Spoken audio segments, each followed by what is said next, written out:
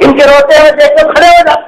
تم پھر مکے والوں نے ابن دغنہ سے کہا ارے تم نے اپنی امان میں ابو بکر کو لیا اور ابو بکر یہ حال ہے کہ ہماری عورتیں کام کاج چھوڑ دی, ہمارے بچے ان کے رونے کو ان کی نماز کو دیکھتے رہتے, کہیں ہمارے باپ دادا کا دین چھوڑ نہ جائے, یا تو ان کو پابند کرو یا پھر کتاب اپنی امان میں سے نکال دو.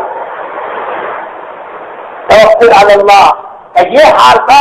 ابن دغنہ آ کر ابو بکر سے کہا ابو بکر اندر نماز پڑھو باہر نماز نہیں پڑھنا, یا پھر میں اپنی امان واپس سے لیتا ہوں, جو چاہے تم کو حساب سے ستائے. حضرت ابو بکر رضی اللہ تعالیٰ عنہ نے اللہ کی ذات عالی پر کیسا بھروسہ اور کیسے توکل والا جواب دیا, مجھے آپ کے امان کی ضرورت نہیں ہے, جو اللہ میری حفاظت کرنے والا ہے جیسا وہی حفاظت کرے گا.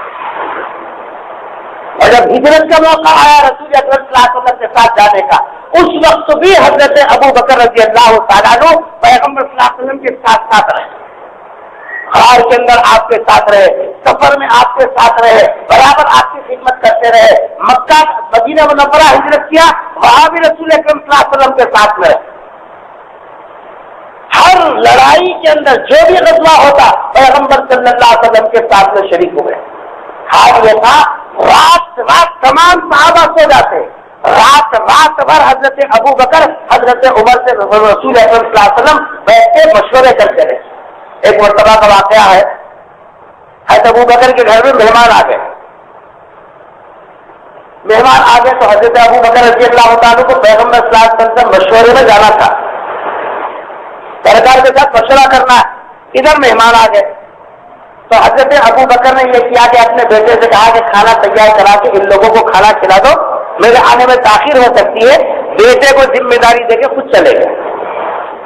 اب پیغمبر صلی اللہ علیہ وسلم کے ساتھ مشورے میں اتنی تاخیر ہو گئی, رات کا بہت بڑا حصہ گزر گیا. اچھا ادھر بیٹے کھانا تیار کرا کے جب مہمان کو دسترخوان پہ بٹھائے اور کہا کہ ابا جان تو وہاں نبی کے پاس گئے ہیں, آپ لوگ کھانا کھا لیجیے. تو مہمانوں نے کہا کہ ابو بکر نہیں ہے تو ہم کیسا کھانا کھائیں گے, ہم نہیں کھاتے. آنے تو کتنی تاخیر بھی ہو جائے ہم گوارا کر لیں گے, ہم نہیں کھاتے. اب بیٹا بھی تو پریشان ہو گیا. ابا کا حکم تھا کہ کھانا کھلا دے کو سلا دینا, اور یہ لوگ ہیں کہ جس آپ بغیر ابا کے کھانا نہیں کھاتے, پریشانی میں آ بہت دیر کے بعد رات میں صاحب ایک پہر گزر گیا. رسول اکرم صلی اللہ علیہ وسلم کے پاس ایسے ابو بکر تشریف لائے. آنے کے بعد بیٹے سے پہلا سوال یہ کیا کہ مہمانوں کو کھانا کھلا دیا نہیں. تو بیٹے نے کہا کہ وہ لوگ تو کھانا نہیں کھائے, آپ کے انتظار میں ہے.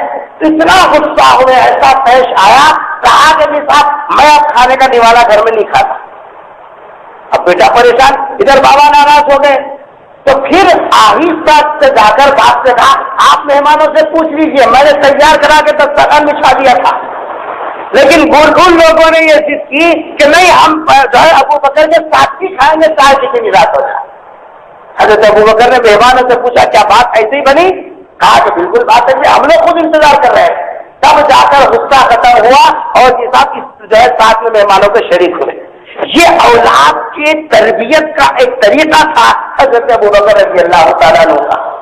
اپنے اولاد کو مہمان نوازی, باپ کے حکم کو کس طریقے سے پورا کرنا, اس کے اوپر تنبیہ کرنا, یہ حضرت ابو بکر رضی اللہ تعالیٰ عنہ نے بتلایا. رسول اکرم صلی اللہ علیہ وسلم جب دنیا سے پردہ فرما گئے تو اس وقت سب سے بڑی ذمہ داری یہ تھی کہ مسلمانوں کو سنبھالنا بہت بڑا کام تھا. اتنا بڑا کام تھا مسلمانوں کو سنبھالنا, اگر اس موقع کے اوپر حضرات صحابہ کو نہیں سنبھالا جاتا تو امکان تھا کہ مسلمان وہیں سے دو حصوں میں بڑھ جاتے. رسول اکرم صلی اللہ علیہ وسلم کا انتقال ہوا, انصار اپنے قبائل کو جمع کر کے میٹنگ کرنے لگے کہ بھائی حضور کے بعد کون ذمہ دار بنے گا. حضرت ابو بکر کو معلوم ہوا کہ تمام انصار صحابہ ایک جگہ جمع ہو کر خلیفہ کس کو بنانا اس سلسلے میں مشورہ کر رہے ہیں. حضرت ابو بکر رضی اللہ تعالیٰ عنہ یہ صاحب جو ہے پہلے نمبر پر یہ کام کیا کہ پہلے وہاں تشریف لے گئے اور لے جا کر وہاں انصار کی فضیلت بیان کی کہ رسول اکرم صلی اللہ علیہ وسلم کو آپ پر کتنا اعتماد تھا. ان کی فضیلت بیان کرنے کے بعد میں یہ مشورہ دیا کہ بھائی قریش جو ہے ان میں سے امیر رہے گا اور جتنے وزیر ہوں گے ذمہ دار ہوں گے سب انصار ہوں گے۔ اور اپنا نام نے پیش کیا، یا تو آدمی کیا کرتا پہلے صدر کس کو؟ میرے کو بناؤ، بھائی میرا نہیں تھا۔ سب کو سنبھالنے کے بعد حضرت ابو بکر نے کہا یہ ابو عبیدہ ابن الجراح سامنے ہے، یہ عمر جیسا آدمی سامنے ہے، ان دونوں میں سے کسی کے ہاتھ کے اوپر بھی تم جو ہے بیٹھ کر لو اور ان کو ذمہ دار بنا دو۔